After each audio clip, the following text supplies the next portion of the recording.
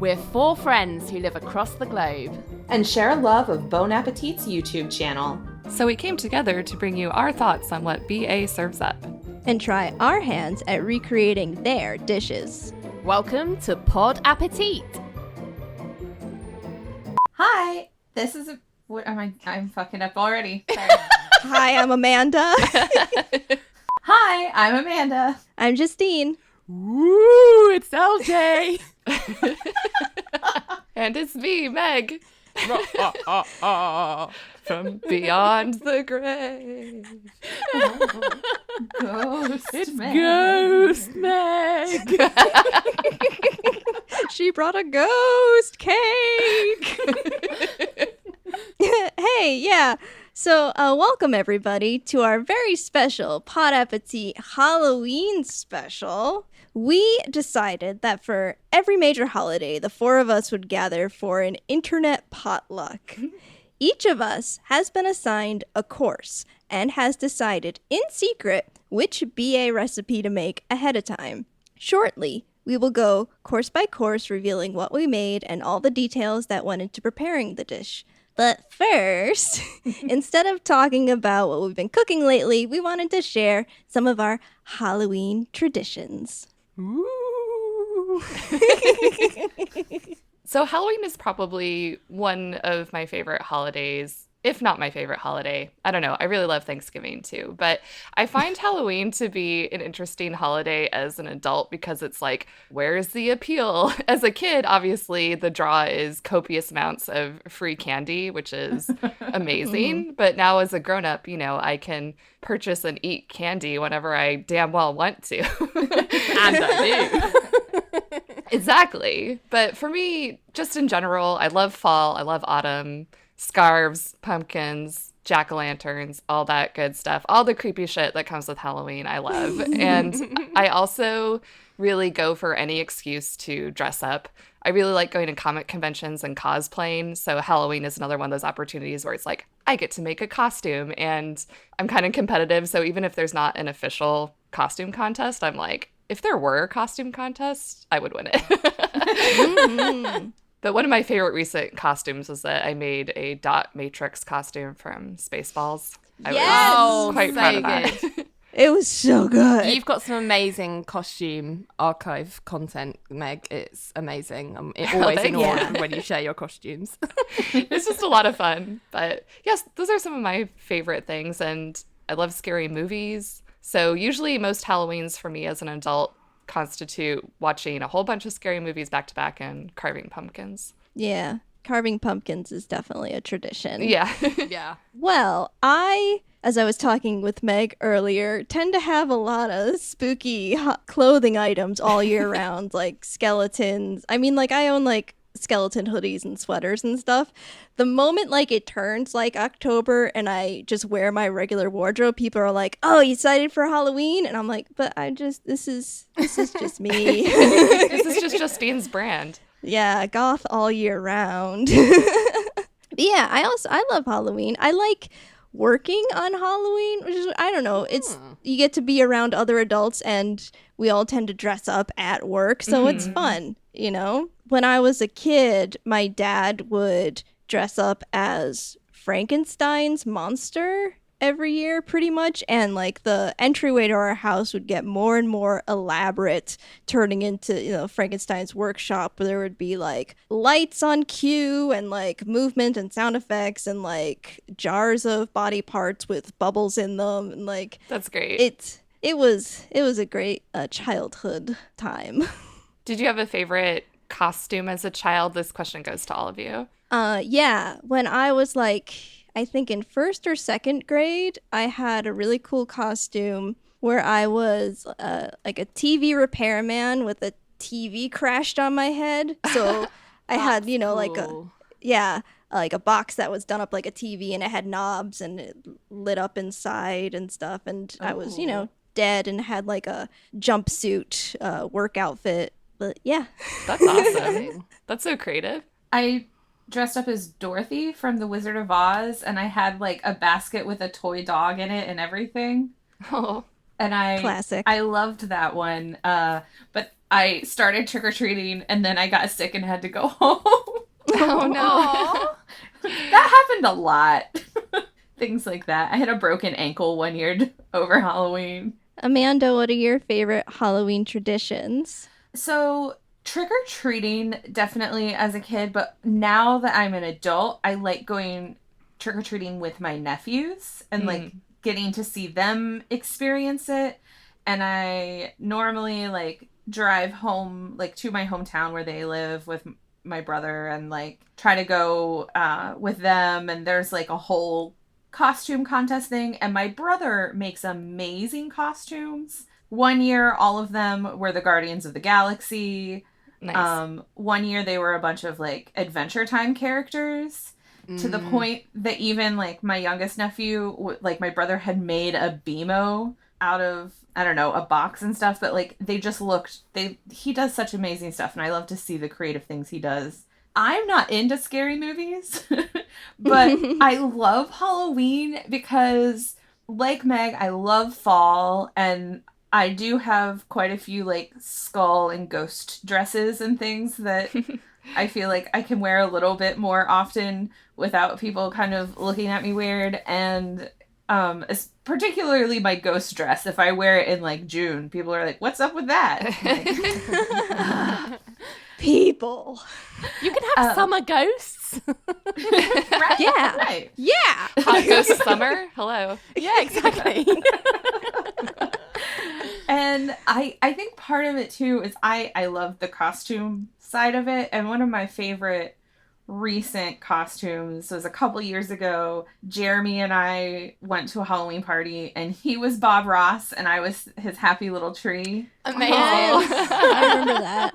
And I like put like leaves and stuff in my hair. I mean, like not real leaves. Like I went to a craft store and bought fake leaves, and I like doing fun things. Or I also like being obscure characters like Florence Foster Jenkins for Oh, such a good idea.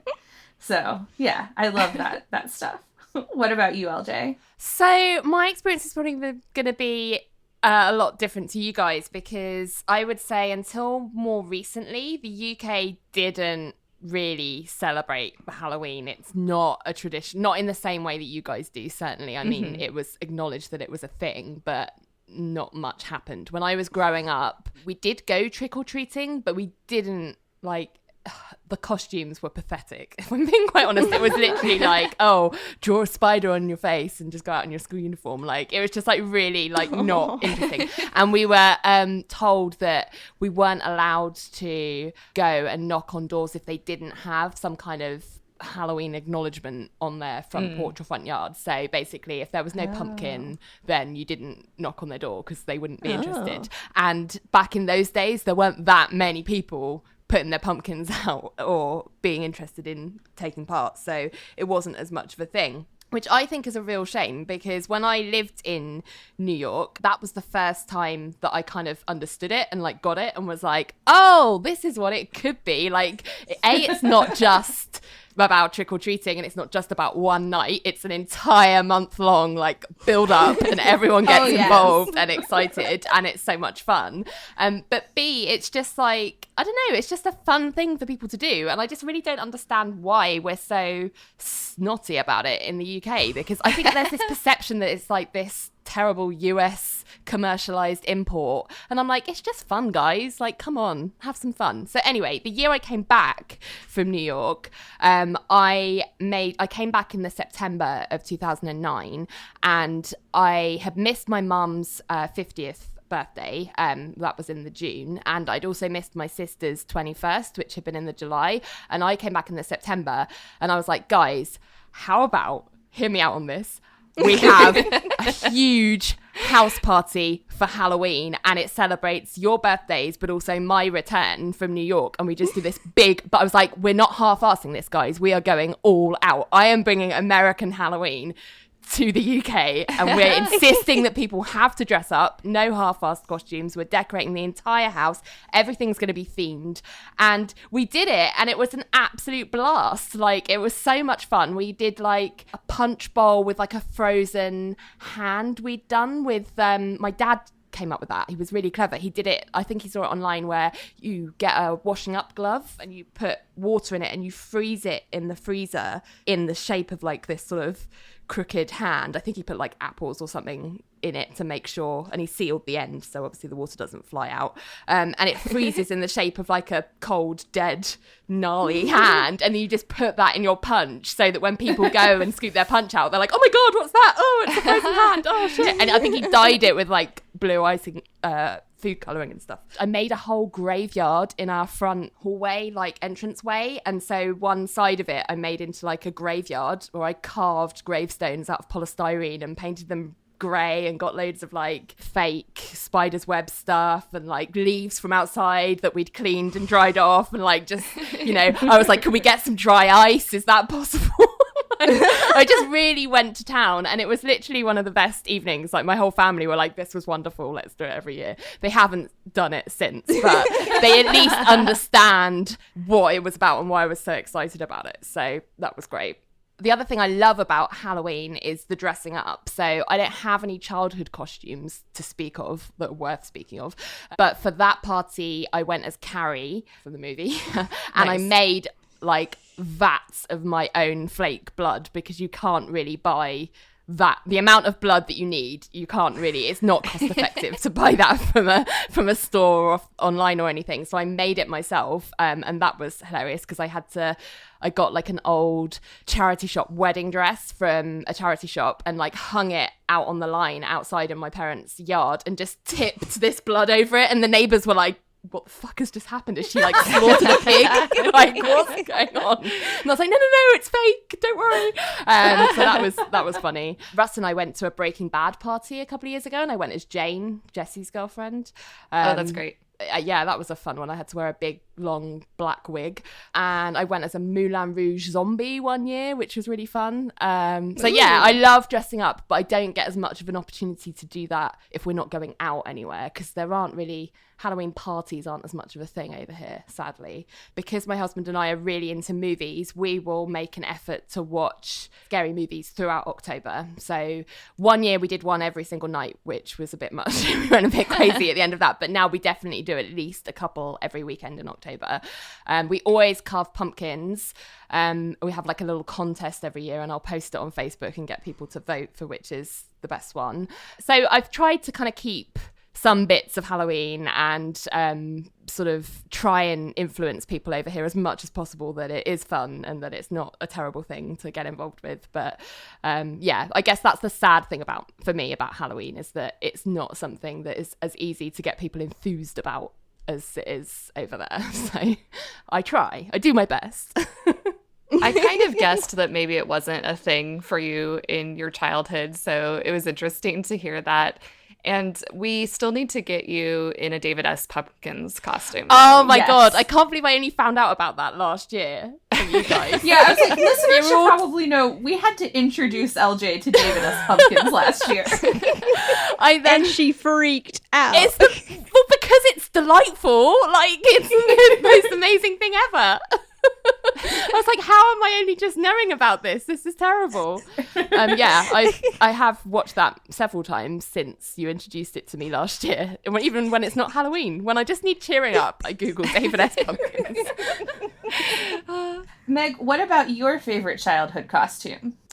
Oh, well, so my mom made me a lot of homemade costumes, which were great because those had a lot of love and creativity put into them. I really liked this princess costume that was this sort of lavender satin, and it had one of those big cone-like princess hats, you know, with the ribbon at the end. So that one was really fun. And when I grew out of that one, I made the dog wear it. But one of my favorite store-bought ones was a velociraptor from Jurassic Park. And it was great. It had this rubber mask, like full head rubber mask, and rubber gloves that just looked like dino hands, you know, these 3-fingered dino claws. And I kind of refused to take it off the whole day. So I'm trying to open up my candies with these rubber claws and drop it in my rubber dino mouth. And even back then, as a young feminist, I got very mad when everyone assumed I was a boy because I was a dinosaur. And I'm like, I'm a girl. Yeah. I also think that Halloween's fun to talk about on this podcast in particular because unlike some of our other upcoming holidays like Thanksgiving and Christmas, where there's foods strongly associated with those holidays, obviously turkey or fruitcake or ham for Christmas, whereas Halloween doesn't have any sort of food element except for candy. And as we were just saying, as adults, that's maybe not such a big draw for us anymore. I don't know what you're talking about. I'm in charge of entree and I have covered it with candy. I haven't. I'm kidding. Just sprinkle some candy corn on top. Yeah. It's a bolognese with candy corn. It's Halloween. I'd eat it. I fucking love candy corn. I'm sorry, Meg. You were trying to make a point. Oh, no, it's no big deal. I was just going to say, since we all, it seems, love carving pumpkins, it's so easy to roast pumpkin seeds, and they're delicious. And yeah. I always do this every year. Oh, So that's maybe cute. my one Halloween food that I feel strongly about. My Cool. Halloween food that I strongly feel about is obviously candy corn. So I like candy corn too, in very small quantities. Okay, so as I mentioned previously, we have been planning our own secret menus and have been pretty much keeping secrets for like a month from each other, which has been ridiculously hard. So hard. But on the menu for today's episode, we have Meg, who brought the drinks. Amanda made an appetizer. LJ made a spooky entree. And I am bringing the dessert. So let's get started with whatever Meg brought. I'm so excited to find out what everyone brought. Okay, I've got a little intro behind my thought process, and then I'll share the actual recipes with you guys. But Okay. one reason why I chose the cocktail course is that if you've listened to my first Spotlight episode, I made pina coladas. I love drinks. I also think that if I were to throw a real life Halloween party, I think the drinks are a great way to follow the theme. I loved LJ's story about the ice glove hand. It's really easy to make themed holiday drinks, you know, even just with the garnish or the name or the color or dry ice. Adds that nice spooky effect. But I actually had a little bit of difficulty finding Bon Appétit Halloween recipes. If you search using their great search function for Halloween cocktails, there's actually fewer than 10 total. And one of them was Jell-O shots, which I was like, that doesn't really appeal to me. So it was a pretty narrow range of specific Halloween cocktails. So I had to broaden my search a little bit, and I just put in every single Halloween-y keyword I could think of. So I searched for like witch and pumpkin and skeleton and ghost and pretty much anything. So I did eventually get a lot more recipes to choose from, and I landed on the theme of a beloved autumn classic, which is the apple. And Yes! I was like, oh, apple. yes, apples. So I finally landed on a theme, but I thought to myself, I can't make just one cocktail. That's too easy. Are you getting us more than one cocktail? So I bring you what I'm calling bobbing for apples, apple cocktails, 3 ways. Yes! All right, I'm going to share photos with you guys. Yes! Oh my god, running over to Slack now. I'm so excited. oh my god, you made a thing called Bon Appétit. So I was at the craft store and I saw this plate with a skeleton on it that said bone, B-O-N-E, appetit, and I had to get it. That's brilliant. Oh. Oh. Sorry, we're just like screaming into our microphones now. Not good content. Wow, these look amazing. Meg, can you talk us through them? Because I want to understand Yes. what they all are. These This is three, intense. These 3 cocktails are the fall Spritz. That's the darker one with the 2 ice cubes. The autumn orchard, which is in the coupe glass with Yeah. the lime garnish. And the hot buttered apple cider. So once I decided on this theme, I wanted to have enough crossover of similar ingredients that I could have multiple applications for some of these unusual liqueurs or alcohols that I might not buy otherwise. So I was like, make the most of them. But I also wanted different flavor profiles. And as you were commenting, LJ, different presentation, different temperature, even different garnish. So that's kind of how I landed on these 3. So the fall Spritz, again, that's the dark one with the 2 ice cubes. And if you look closely, they're skull ice cubes. So good. First of all, these are all BA recipes? They are. Yep. So wow. This one I chose because I wanted a recipe by one of our test kitchen personalities who we know and love from YouTube. So the fall Spritz is by Molly. There was another apple cider spritz by Rick, but I'm like, I can't have 2 apple spritzes. Those are too similar. So I chose this one because it had a unique star ingredient, which is a digestif called Averna Amaro. So most digestifs are kind of herby. They usually have a lot of herbs and roots and spices, and this was no different. I would say it was a little medicinal and kind of bitter, but not unpleasantly so. So that's what gives this drink its dark color. Another reason I chose this is that it's super simple. It essentially has 2 ingredients, and actually Molly suggests that you make your guests prepare it. She's like, it's so simple, they can handle it themselves. But so it's that digestif and a Basque style dry hard apple cider. And I'd never really heard of Basque style before, which I guess is just a region in Europe. And so pretty much any cider that's Basque style comes from that region. So I unfortunately wasn't able to find something that specific, but I did get a dry, hard apple cider that was nice and tart, and I think it was an okay substitute. And so, you just mix those 2 together, serve it over ice. I was actually supposed to have an orange twist garnish, which I totally forgot. I made it and then forgot to put it in the glass, but I don't think it would have made too much of a difference. But I enjoyed this overall. I would say it was worth the effort just because it was like literally 0 effort. But I was also like, I don't know, I would almost just drink the hard cider. So I don't know if I can give this one a hard recommend.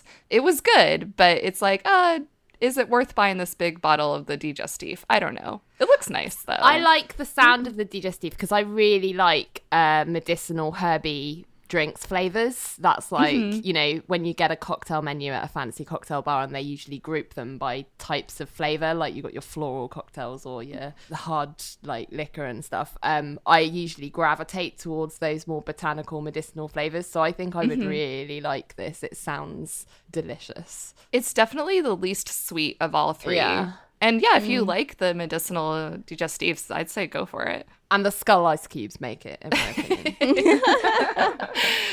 So the second one, the Autumn Orchard, again, that's the one in the coupe glass. It has cognac, apple brandy, orange liqueur, pear liqueur, lime juice, Angostura bitters. I don't know how to pronounce that. And you shake it with ice and pour it into the glass and then garnish it with the lime slice. I gotta be honest, I mostly chose this one for the name. The Autumn Orchard, it just sounds so nice, so like evocative of apple picking. Very fall feeling. It looks great. This was actually my favorite of the 3. Even though it has a lot of ingredients, it was actually very easy to make. It seems a little bit daunting at first, just like this huge list of ingredients, but I'd say don't let that put you off. It was super easy to make.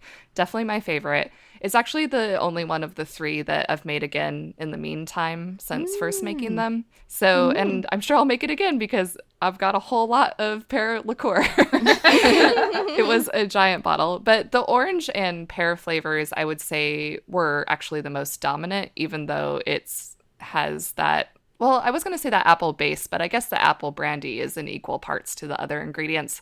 So it wasn't as apple forward as maybe I was expecting. It's sweet, but not too much. So I really don't like cloyingly sweet drinks. So it didn't go super sweet.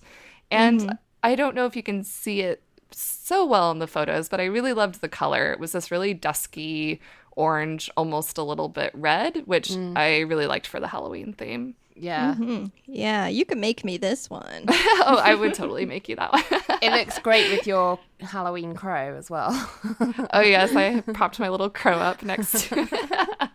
And I thought apple cider is great. why not have a hot drink to round it off? So I made the hot buttered apple cider. This has apple brandy, brown sugar, butter, hard apple cider, or sorry, not hard apple cider, just the regular apple juice kind of apple cider. Oh, okay. Lemon juice, cinnamon sticks, and then you serve it warm and you garnish it with grated nutmeg. Oh. And sounds this was amazing. really nice. Oh, it was so good. Even just to prepare, it had this lovely smell. That cinnamon on the oven smells so nice. And you can almost smell the butter. There's a lot of butter in it. If I made this again, which I probably will because, again, I have a lot of leftover ingredients, I would probably cut back on the brown sugar just a little bit because apple juice is a really sugary juice, and I don't think it needed quite as much added sugar. This was super easy to make, and I would say in a party application, this would be really good because the recipe makes 12 servings, and you can make it all ahead of time and just rewarm it when you're about to serve. So it's a great batch drink for a party, although I would say you have to serve it right away because the butter does start to separate. Maybe I didn't emulsify it quite well enough. Is that the word? But it does start to separate and the butter pools at the top, which isn't as pretty. So I'd say mix it up, serve it right away. Tastes great. So yeah, I guess if I had to tell someone or recommend to someone throwing their own party, the cider is great for a batch drink. The Spritz is good for ease, really simple to make. But my favorite was the Autumn Orchard flavor-wise. This looks like what I want butterbeer to taste like. Yes. Because I was thinking that. I've had the butterbeer at the Warner Brothers studio tour thing they have in London. I haven't been to Universal in the States, so I don't know if it's the same recipe. I would imagine it probably is similar, but it's very sickly sweet and just not what I imagine butterbeer to be. So this is what I think it is. I'd gladly be accepted into the Harry Potter canon. Yeah. If you were doing this at a party, would you serve all three and make everyone have one of all three? And would it be a boozy party? Or would you get people, it would be three options and people could pick what they wanted? I think I would probably want the more the merrier. So I would offer all of them up. If someone wanted all three, I'd say go for it, but I wouldn't necessarily make them. And I was actually just thinking, I probably should have prepared like a mocktail or something for people who don't indulge or choose not to drink, but I kind of didn't think of that until just now. So, leave out some of the extra apple cider. Yeah. So yes, please enjoy my virtual drinks. God, I wish. I knew this would happen, that we would do this, and I would just be like, I just want to have it all now. But, I have a question for you, Meg. Did you already own the Skull ice cube trays, or did you get those especially for this? I did already own the Skull ice cube trays. I actually bought them when I threw my book launch party. And so my book is a murder mystery, and I made a red cocktail because the name of my book is Red Tea. So I had red cocktails with little skull ice cubes, and I'm so glad that they got another use. Yeah. Great job, Meg. Thank you. Excellent job. So, Amanda, what'd you bring for appetizers? When I looked up like Halloween appetizers on the BA website, there were only like 4. And there was one that was pumpkin that I was very intrigued by, and I'll save that for later. So I went ahead and made Chipotle deviled eggs. Ooh. Oh. And I'm sending you a link to my pictures. I'm so excited. I love deviled eggs. I was just gonna say that deviled eggs is one of my favorite things. I was in the like, world. aren't you guys just craving deviled eggs? Oh, wow. Ooh. I feel like I was here with you. You've documented every single step. This is great. I did. I went step by step so I could explain it to you guys too. Amazing. So I've made deviled eggs before, but it's been a really long time. I think the last time I made deviled eggs, I was in high school.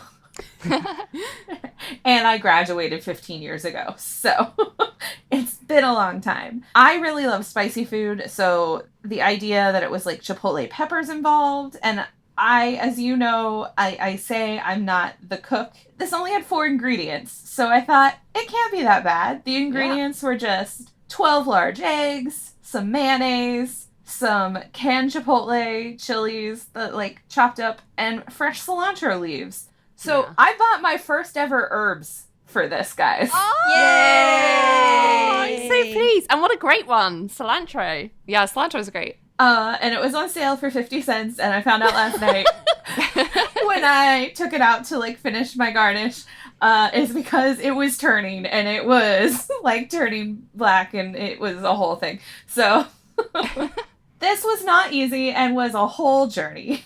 Oh, okay. So, like, the boiling of the eggs, and this was something, like, I tried to, as much as possible, follow exactly, like, what it said in the recipe on Bon Appetit.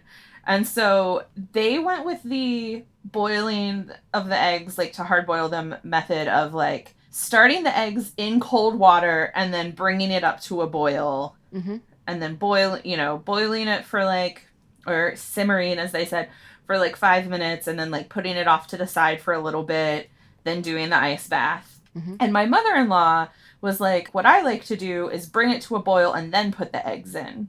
And I was like, yeah, I know there's lots of different techniques. I'm just trying to like stay true to the Bon Appetit one. Well, it took me 2 fucking hours to peel those eggs. Yikes. Yep. Justine was getting text messages from me as I was starting to break down and like talking it through with my mother-in-law. I think if I were to do this again, I would go with her technique of like boiling the water and then putting the egg in. And as you can see, I shared a picture of like the one egg that I peeled. That's not the worst looking one.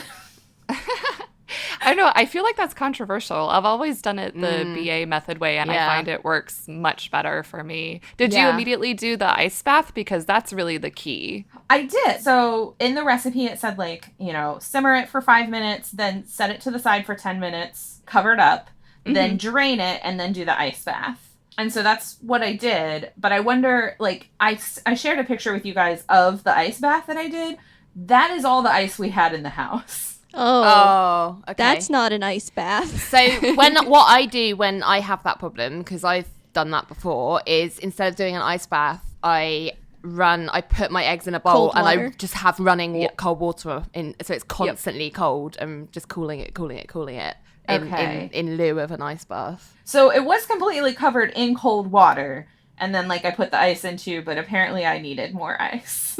Yeah, because if you just have it in still cold water, because the eggs are so hot, it brings the temperature of the water up, so it's not cold anymore. So that's why you have the running water to keep it cold. I just literally put the bowl under a running cold tap and just let it overflow, just continually. All right. These are good tips for the future. These are good tips. So, as like some listeners will know, I had a hip replacement a few months ago. And so after it took me about 20 minutes to peel the first egg, I was like, God damn it. And so I had to pull a chair in and like sit by the trash can and like peel these eggs because I was in so much pain. Yeah. So I was getting very frustrated. And as I said, poor Justine, I was like, I wish I could tell you what I'm doing. And I can. Finally, I got all the eggs peeled. I listened to a lot of podcasts. I was just, I just like put some podcasts on. In fact, I listened to a rewind episode of you, Meg, yesterday. Yeah. Talking about not having superhero fatigue. So, Never. Yeah. I was just like, all right, I'm just gonna focus on the podcasts and power through and peel these eggs. So finally the egg peeling was done. And then, it's the whole, like, chop the eggs in half and put the yolks in a bowl and put the, deviled egg style. You put the whites out on a platter or whatever. So their description was to take the yolks and grate them on a fine grater. Oh, right. And I said, fuck that at that point, because I was done.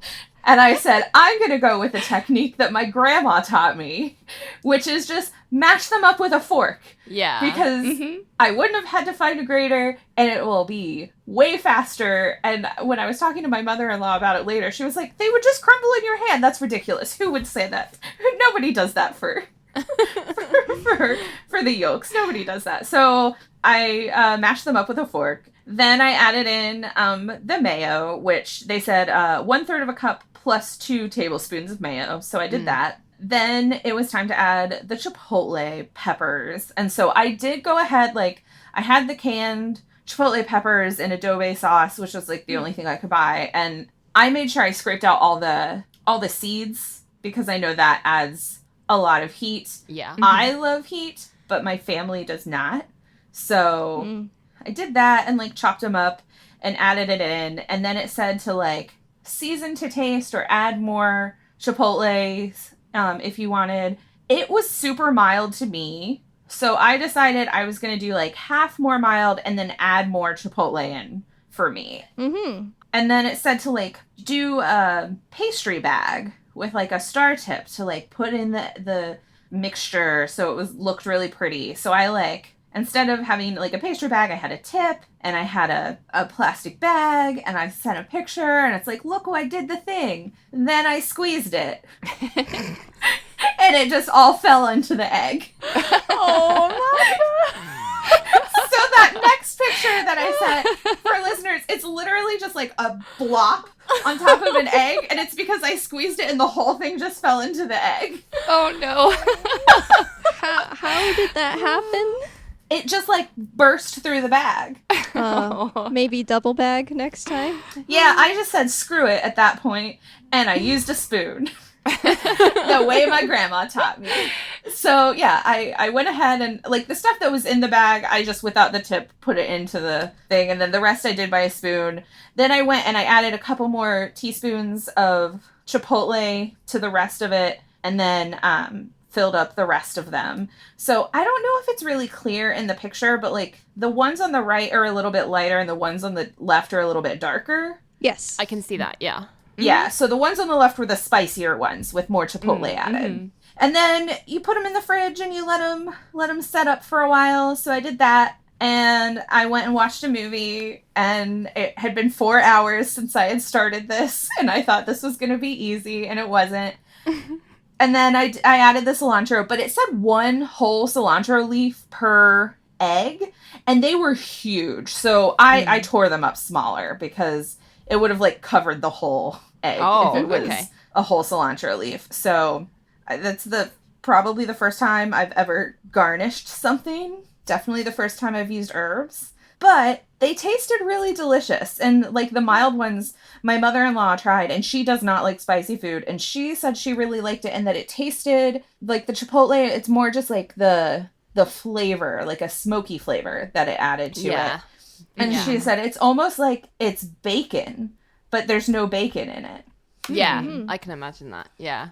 I think your garnish looks super cute, and I'm very proud. Yeah, I do too. Yeah.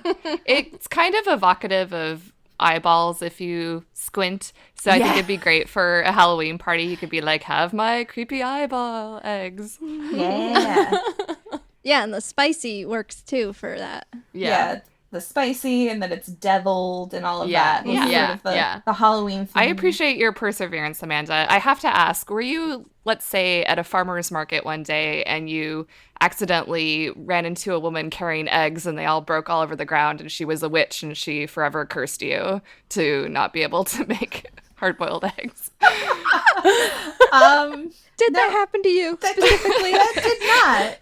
But I don't know, maybe it happened in a dream and I was dream cursed or something. I don't know. Because I used to make deviled eggs, like, in high school for stuff, and it was never this difficult. I was going to say, I was like, I'm really trying to, maybe we need to have a sidebar on this later so I can help you out, because I was like, I hard boil eggs a lot because I use them for snacks. We have much to sidebar. And I'm like, how has it been this difficult for you? I think we need to go over some things to help you. Just to help you, because you spend, like, I want to help. How long did you spend making ice pops? I don't Hours? know. Hours making ice pops. Amanda. Yeah, I know. I want to help. I feel like we can help. I got a card recently from Diana from Happily Ever Aftermath, and she was like, I feel like I'm you. I don't know how to cook. And I'm just like, the whole time I was like thinking internally, like, doing this for you, Diana. Yeah. I'm doing it for all of us that don't know what the fuck we're doing. But as much as it's like funny content, I do think, on a serious note, I don't want you to have to feel like cooking is a horrible thing for you to work yourself up to. I think if we maybe have a chat before you cook stuff and then we can give you tips, you can mention those when you cook and it'll still be useful for people who've never cooked before, for sure. Yeah, I think that might be something for the side dishes. I mean, it doesn't cook with these holiday specials because it's secret. Oh, yeah. Yeah. Yeah, just peeling like egg after egg, and because I thought it was something that I was capable of pretty easily, and then it wasn't, and then it just was frustrating. And I did message Justine, like, this is why I don't cook. Yeah. Because of like this. And they are good. Like, they taste really good. And I actually got my husband to try it before we recorded, which I wasn't able to do last time. I did neglect to tell him that it was Chipotle deviled egg, and so I just handed him the egg, and he was like, why is it spicy? Oh. Because it's from the devil. Well, I do think these look and sound great. They do. Chipotle is such a good idea. When I make deviled eggs, I usually put a little bit of smoked paprika on top. Getting that smoked flavor and extra spice with the yolk mixture, that sounds delicious to me. I think I would definitely make this recipe. Yeah, me too. Amanda, who's the recipe by? This recipe is by Rick Rogers. Ooh, a different Rick. Competing Ricks. One thing though, it said like spoon the yolks into a small bowl. I never had to spoon them. They just kind of pop out of the egg. Yeah. Yeah. I don't know. Like, I think I would do it again, but I definitely have to like work on the whole egg process. Yeah. Because once I had the yolks separated, it wasn't so bad. Like, it was pretty fast from there. Yeah. And I mean, at least with a hard-boiled egg, you can make them one at a time. You can make one. That's true. Yeah, that's true. That's true. You just make one as a little snack for you. Just like dollop of mayonnaise, a little chipotle pepper. Yeah. I found a new respect for my sister Faith, who makes dozens and dozens of deviled eggs for all of our like family, like big meals, like Easter, Thanksgiving. And she always like huge, like multiple trays full of deviled eggs, and we just like devour them. And every year we're like, why don't you make more? And she's like, you don't understand. No, I didn't understand, Faith. I'm so sorry. I love you to pieces. Bless you for making all of the deviled eggs for us. I'm so proud of you, Amanda. I'm so proud. Me too. I'm impressed. This is just like the beginning, and I can't wait till like next year or something. Like, this is the hard part of the journey, but like, yeah, I don't know. We get to be with you while you're learning, and it's great. That's why I didn't say like what the other appetizer was that I was thinking about, because I might save that for next year when I have some more skills. Yeah, who knows what's gonna happen for Thanksgiving now. Yeah. Okay, LJ, so I'm assuming your entree went a little bit better than this. Yeah, my entree is not dramatic in the slightest. I have to say, so my thought process was when I searched on the Bon Appétit website for Halloween, well, it doesn't have an entree section, it's got dinner, so that brings up all kinds of things. There was about 15 results, and a lot of them were pumpkin related. So I think, spoiler alert, it will come as no surprise that I've chosen a pumpkin/squash based entree. Yeah. I think it's what the people want. I think it is, but my slight worry in choosing that was that I thought, well, maybe Amanda might have chosen a pumpkin soup or something for the appetizer. So what if we get pumpkin on pumpkin? So I'm so pleased that that's not happened. Oh, good. As much as I love pumpkin, like, do we really need 2 courses featuring it? I'm not sure. So I thought, just in case she does a pumpkin based appetizer, I'm gonna go for a less kind of slightly different recipe featuring pumpkin. This is a recipe called creamy pumpkin and cashew curry. And so I chose this because I thought curry is going to be a very different flavour profile to if Amanda was to make a pumpkin soup. So if we do get pumpkin on pumpkin, it's going to feel slightly different. So I thought that would be a good kind of insurance. So this is a recipe that was published in October 2009. So it's 10-year anniversary. And it's by a guy called Ross Dobson, who is not one of our usual suspects on the BA YouTube channel, but I'm sure he's a fine fellow, whatever he's doing these days. So one of the reasons that I wanted to feature pumpkin is because of the Healthy-ish Farmers Market Challenge. And that is because they featured squash as one of their star ingredients. And I had made the squash recipe from this year's challenge, which was a Chris Morocco recipe involving hummus. And it was absolutely delicious. And there's this stall at the farmers market that has really great pumpkins and squash at the moment. And I was like, I really want to get some more of that and do it again for this recipe. So that's what I did. So the squash came from the farmer's market. I don't think it was strictly a pumpkin, but the recipe does say that you can use either pumpkin or squash. So I thought that was okay. And it's round and orange, so it kind of looks like a pumpkin. So I would say that the recipe was very straightforward, and I believe it's vegan as well because there's no dairy or meat in it, which I didn't choose that intentionally, but I'm pleased that it turned out that way. So Justine can definitely have some. Eat. I would say the only modification that I made is that it tells you to start out by frying some the pumpkin once you've kind of chopped it all up in a pan for about 10 minutes, and then you take it out of the pan and then you do all your aromatics and add your coconut milk and stuff, and then add the pumpkin back in at the end. I decided that I didn't trust that frying it for 10 minutes would A, cook it enough, and B, wouldn't give it that roasted flavour that I knew tasted so good from doing it in the last recipe I'd used it in. So I, instead of frying it, roasted it in the oven to get it all kind of caramelised at the edges and just looking great. Meanwhile, I did the sort of toasting of the curry spices. So it's got mustard seeds in, it's got curry leaves, garlic and ginger, onions. You saute the onions until they're really golden, then you add your chilies, your cashews, and turmeric and cumin. And I'm really trying to eat more turmeric at the moment because it's really good for lots of reasons. So once you've toasted off all your spices, you then add coconut milk and coconut cream, bring that to the boil so it's nice and thick. Then you put your pumpkin in the pan, whether you fried it or roasted it. And then you just simmer it until it's all kind of melded together and the pumpkin's fully cooked. And you stir in some cilantro and some lime juice and you serve it over rice, which is what I did, and add some cilantro on the top. And then obviously decorate with some kind of pumpkin garland, which is what I've done. Yeah, I have to say this was a super easy, quick dish to do. Like nothing needed marinating or like there was nothing complicated about it. Just chopping a pumpkin up. It's something you could make on a weeknight if you're pushed for time, but it's equally something that you could make for friends at a dinner party like this one, and I think it would go down as impressive. Does in the recipe, does it say to serve over white rice? It says to serve over steamed basmati rice. Well, I'm impressed, and I would be impressed if I was served this at a Halloween party. When you were describing all the spices, I was like, oh, I like that, and I like that, and I like that.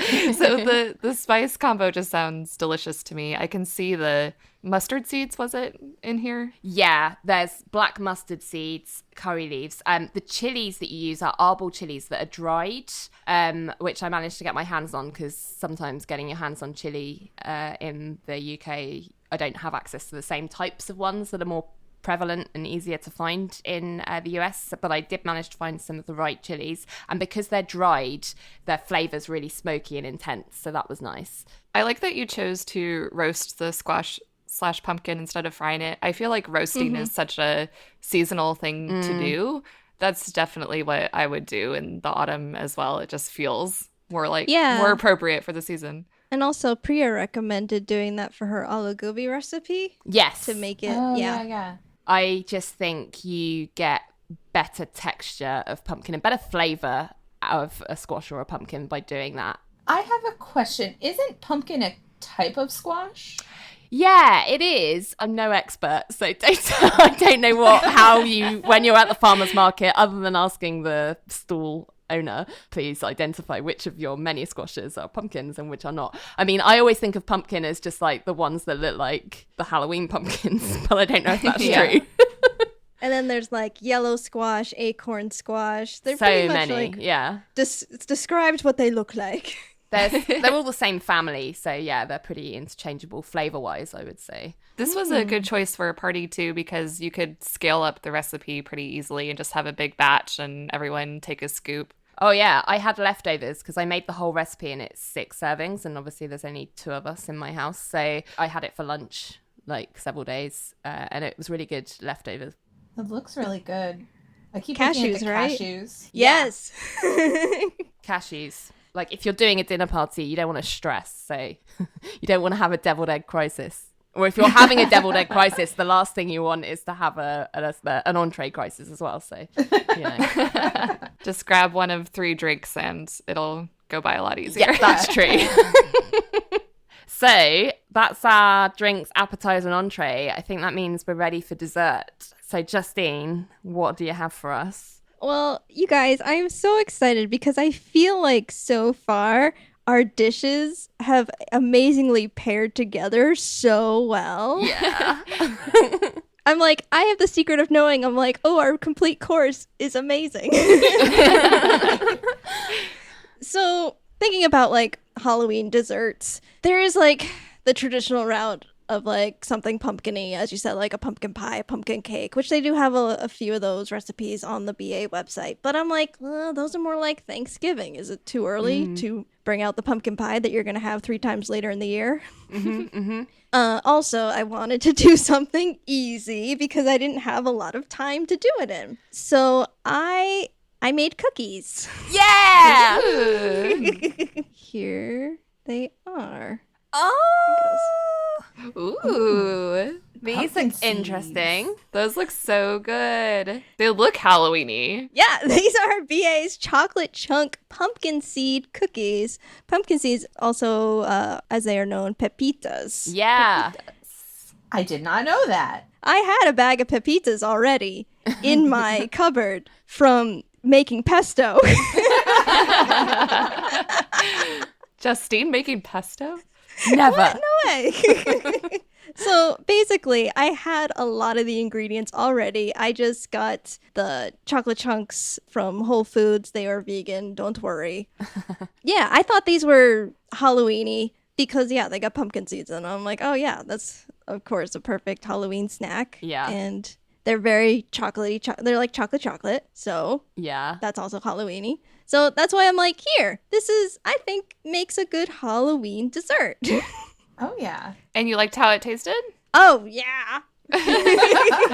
Is that salt I see sprinkled on the top? You bet it is. That's some coarse sea salt, baby. I can Yeah, see I it. love the look of this. Like, instantly, things I love. Salt. Pepitas.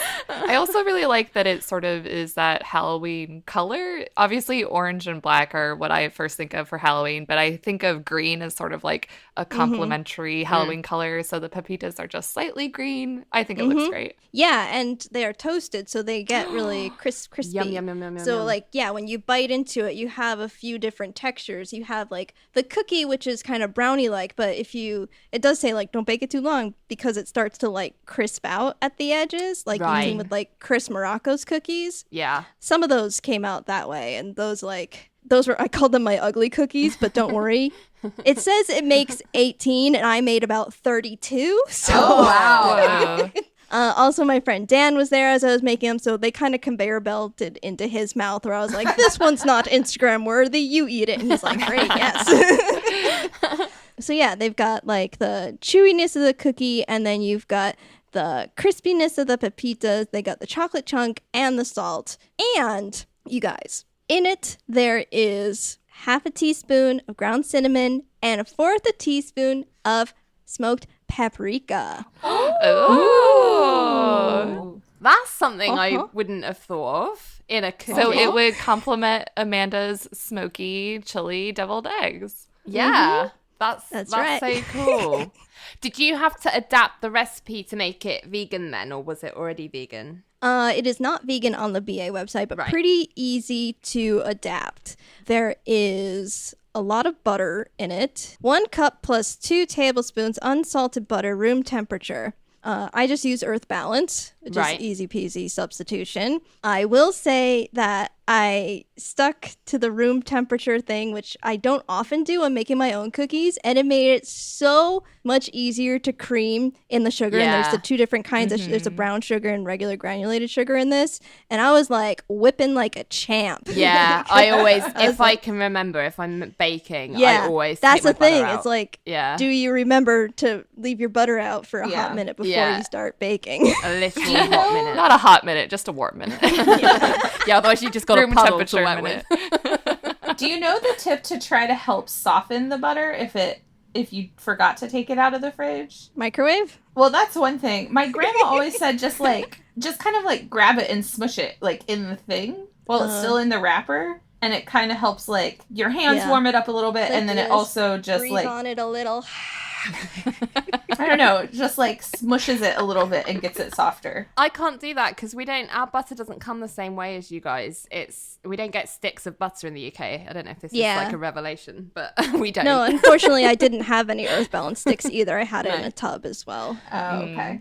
Also, this recipe has 2 large eggs, which sometimes I'm like, okay, 1 I can definitely substitute, but no worry, 2 large eggs were easily substituted in this recipe by using 2 flax eggs. Right. Mm-hmm. So to make 1 flax egg, it's just 1 tablespoon flaxseed meal and 3 tablespoons of water. So just double that to make 2. What you want to do is like kind of make that first and like put it in a little bowl, stir it around, and then just set it aside till the recipe calls for the egg. And it'll start like getting coagulated and like that snotty texture like an egg does, Right. like right. a raw egg. Okay. I couldn't find flaky sea salt on the internet.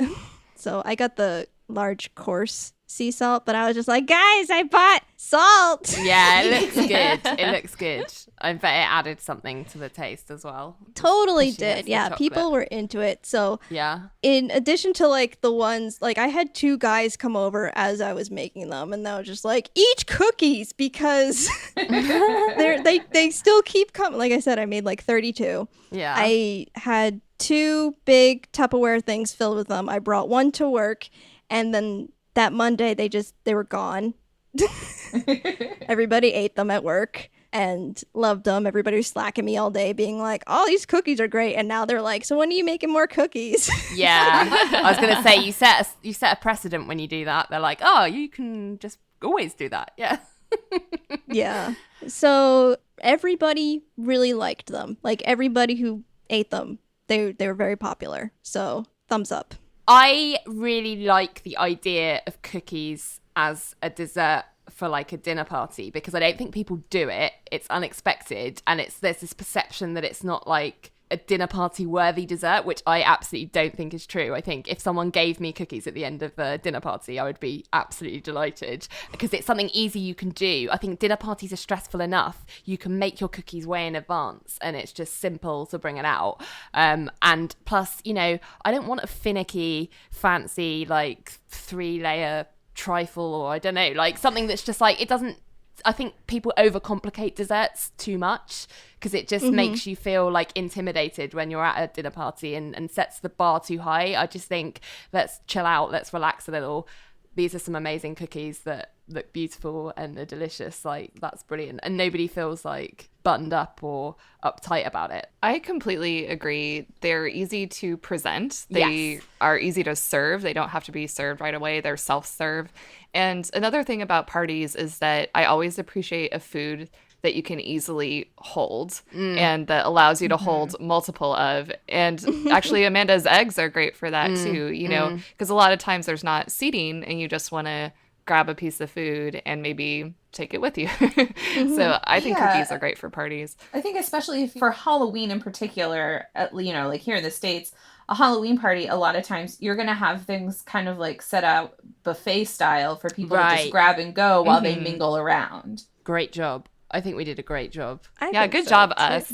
Yeah! We did it! So now that we have all feasted, I thought we could discuss some similarities that we had, which we kind of have been doing already, and like other notable ingredients people can look out for when planning their own Halloween party, and kind of just like the tastes of as we're getting into fall. I'm surprised that no one did anything with oranges. Although Meg had one. You had a... So I was supposed to garnish the fall spritz with an orange twist, which I forgot to do. But the autumn orchard did have orange liqueur. But the liqueur itself is clear, so it didn't add any orange color particularly, which is a good, easy way to make something look Halloween-y. Yeah. I'm also surprised that we didn't have more pumpkin. Like you were saying, LJ, pumpkin's obviously such a popular flavor for Halloween. I also like what you said about, oh, is this too Thanksgiving-y? Because it really does carry over through the rest of the season. But I love pumpkin stuff. I wouldn't be mad about more pumpkin stuff. The other flavor I like at this time of year, I wouldn't say I necessarily think of it as a Halloween thing, but mushrooms really come into their own around this time of year, and I love mushrooms on pretty much everything. So I just think they're really earthy, and you can get that real umami flavor with them, which I love so much. And you can have them on toast, you can have them, you know, for breakfast, you can have them for lunch, you can have them for dinner. You can't have them for dessert, I suppose, but you know, can't have everything. There was this other dessert I was looking at that was like an upside down pear cake, which I thought also that looked fit. really nice. Oh yeah. Another thing that I'm pleased with that was a surprise was that we really did make a fancy / classy Halloween party. I mean, it makes sense since we're working from the base of Bon Appétit recipes, which are obviously a little bit more sophisticated, but so many times at Halloween parties, you get the really cheesy themed food, like here's a mummy finger and it's a hot dog, you know, rolled in croissant, which with like a little almond sliver as the nail. So I really like that we've shown and that BA shows that you can make something that still feels very Halloween-y and very seasonal, but sort of elevates it for like a grown-up party. I think the difference between the cheesy and the elevated, I suppose, is for me is that the cheesy stuff kind of looks fun, but how it tastes is like the secondary consideration. Yes. If considered at all. It's just like how's it gonna play to this Halloween based gag or pun, as opposed to will it actually taste nice and will people like it? Whereas I think BA's recipes come from taste first. Like, is this gonna be a delicious thing to eat? I prefer eating that way if possible. Yeah, absolutely.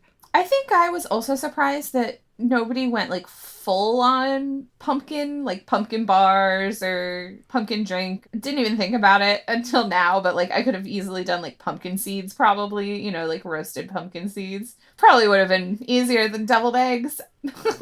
Amanda's just having deviled egg regret. I'm glad none of us like made something that was like almost exactly the same as somebody else. Yeah, that too. I'm really surprised at that. Everyone did something that complements but is distinct, which is really nice. Well, sneak preview for our Thanksgiving special. It's going to be interesting. I think there's more opportunity for potential accidental crossover of the same recipes. We all bring the same thing. Oh, you guys. Well, thank you for joining us for our first ever Halloween special. Ooh. Next time on the podcast, you will be hearing Amanda making Carla's banana bread. Yay! Hopefully no breakdowns. Happy Halloween! Woo!